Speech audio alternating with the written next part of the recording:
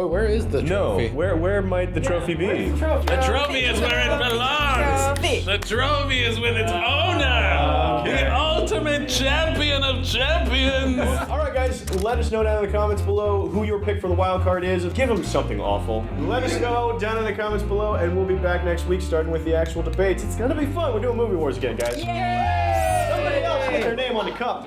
Hey, everybody, welcome back to Movie Wars. Yeah. This, the very first round of Captain Wars. To my left, David Lacey got Captain America. Shocking. Yeah. As evidenced by your t-shirt. It really doesn't matter who you pick. You had a t-shirt ready to go, didn't you? True. It's true. Yeah. Okay. Mark, to my right, Han Solo of the Millennium Falcon. We're home. There we go. I was wondering why you're making that face. Here's what we're gonna do. 2 minutes for the opening arguments, 1 minute each for rebuttal, and then after that, we're gonna have some free-form conversation to wrap it all up. Now, I pulled the coin out of retirement, had to track it down all the way, and it was down in the Caymans, if you can believe that. No. Yeah. That's amazing. It's crazy. But you're going first, Dave. Oh, cool. Goody. 2 minutes. Starts right now. Go. Okay. Captain America is not only one of the most celebrated superheroes of all time, fighting Nazis, supervillains, robots, aliens, he's also one of the best captains. As a captain in World War II, he fought against the Red Skull and Hydra and single-handedly protected New York from total annihilation. 7 years later, he led a group of strong-willed superheroes, guys who were not easy to lead, against an angry god who tried to take over the world. Later, he took it upon himself to lead a small team of heroes against Hydra one more time, bent on world domination. And on top of that, he even took over the Avengers again so he could fight a genocidal AI. Captain America isn't just a great captain because he saved the day. He's great because he's always thinking, planning, and anticipating. Men in superhero-like follow him into battle, not because he has powers, but because he's cool under pressure and willing to risk his own life for the greater good. In Captain America: The First Avenger, he went on a solo mission to save POWs and ended up saving almost 400 men. They weren't just American soldiers, but they were ally soldiers from all around the globe. And that's the reason why when Iron Man first meets Captain America, he calls him Captain. It's because he's not just America's captain, he's humanity's captain. You got 30 seconds left. Really? I understand that that's a really great mic drop of a line, Yeah. but you do have 30 seconds 30 left if you'd like to seconds? use it. Well, it's 20 seconds now that we've talked about it. I would also like to mention the fact that he is really awesome and great. Okay, that's fine. Done. Mark, you got Han Solo. You got 2 minutes. You got me telling you to start right now. All right. Well, Han Solo, he might not be super. He might not have powers.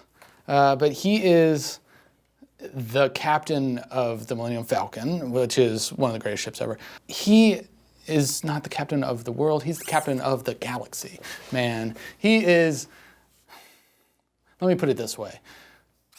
When you follow his story in the movies, I'll leave out the expanded universe as much as it breaks my heart. You got him going from being this scoundrel with a heart that he didn't even know he had a heart, but he found it. And he found it for the rebellion, and he found it for all of his friends. And he found it in order to protect his way of life.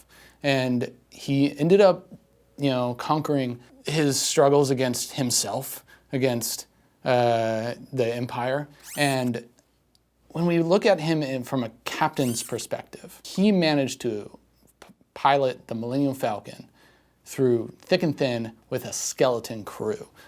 Okay, now you look at somebody else with the exact same ship, Lando Calrissian. When we watch him captain it, he's got like a half dozen people in the cockpit. He's got gunners on both guns, and Han can do that with just him and Chewbacca.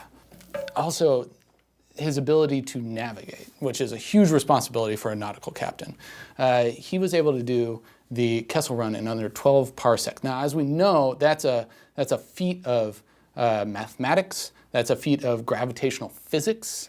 That is a feat of just good captainship. Just knowing his ship and what it can do. Dave, you got 1 minute to rebut, starting right now. Go. Okay, well, this is the thing. I'm not going to fight against how good of a pilot Han Solo is. He's an amazing pilot. He might be the best pilot. And if this was Pilot Wars, he would win. But the thing is, he's a terrible leader, which I think is an intrinsic part of being a captain. The main thing about Han Solo is he doesn't think well on the fly. Every situation he just runs into without any kind of plan. Like, look at when they were trying to rescue Leia. He kills a bunch of stormtroopers and then goes on the radio, gives the worst ever, "Oh, we're okay over here, guys," brings a whole fleet of stormtroopers to them. Leia has to save them. And speaking of which, he always needs to be rescued all the time. When you watch these movies, of course, in the beginning of Jedi, he had to be rescued from Jabba. Then he botched that freaking Endor mission where he had to be saved by Ewoks.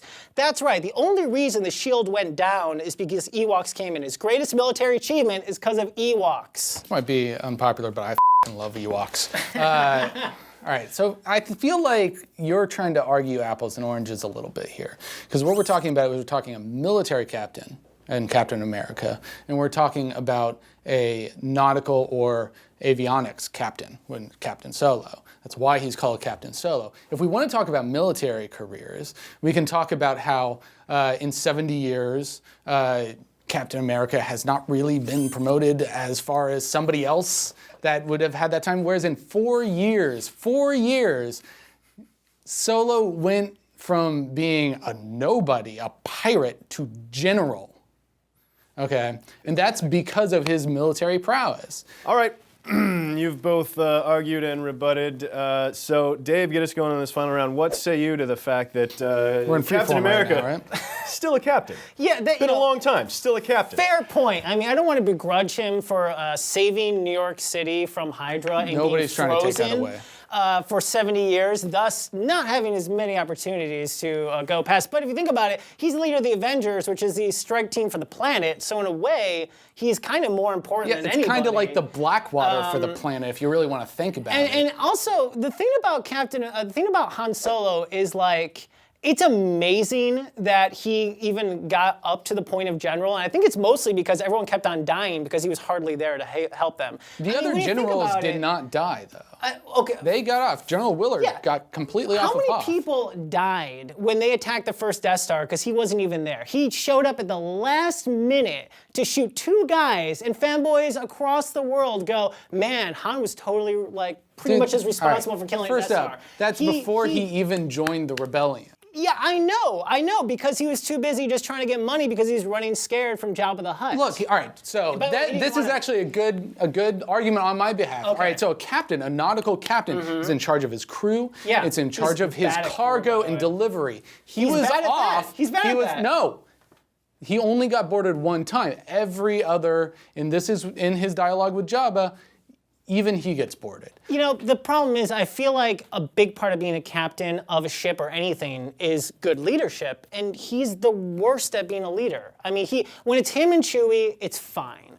But when it comes to any kind of strategy whatsoever, his strategy is literally run at stormtroopers. He's not a screaming military and shooting captain. a blaster. We're talking, no, it does matter because you're talking about a military captain, which is a rank, a commander on a battlefield that's in charge of a small company, and you're talking about Then why did you even bring up the fact he became general? Because we're looking at the resumes of these guys. If you really want to compare them, Solo was promoted beyond captain. To general, where his responsibilities were way too big for him. Way too big for him. I mean, honestly, like Jedi is fascinating to watch. He managed to command on the battlefield Totally sucks. an army of Ewoks. I mean, how hard is that? He managed to do it, though. You also know why he's another bad captain too. Is he doesn't listen to anybody. It's really interesting that in A New Hope, they escape. We're right? talking about somebody who doesn't listen to anybody. Captain America Star. constantly circumvents freaking military rank. He only does that when he's feeling all hot and mighty. No, he's only doing that when they're Solo it's because they're bullshit.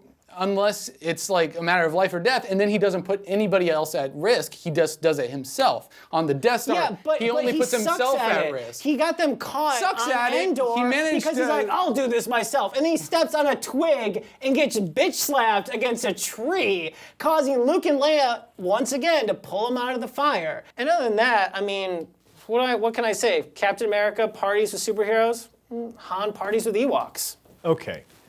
Just saying. I've got half a mind to disallow the superheroes are cooler than Ewoks argument. I feel like it's way off point. Han Solo's not an Ewok. Let us know in the comments down below who won this argument. There's a comment down there that says like this if Captain America wins, and there's another comment down there that says like this if Han Solo wins. Get down there, vote them up, and also make sure to check out our other opening round matchup that's up this week. It's Captain Ron versus Captain Malcolm Reynolds. So go check that one out, vote that one up as well, and come back next time for more Captain Wars.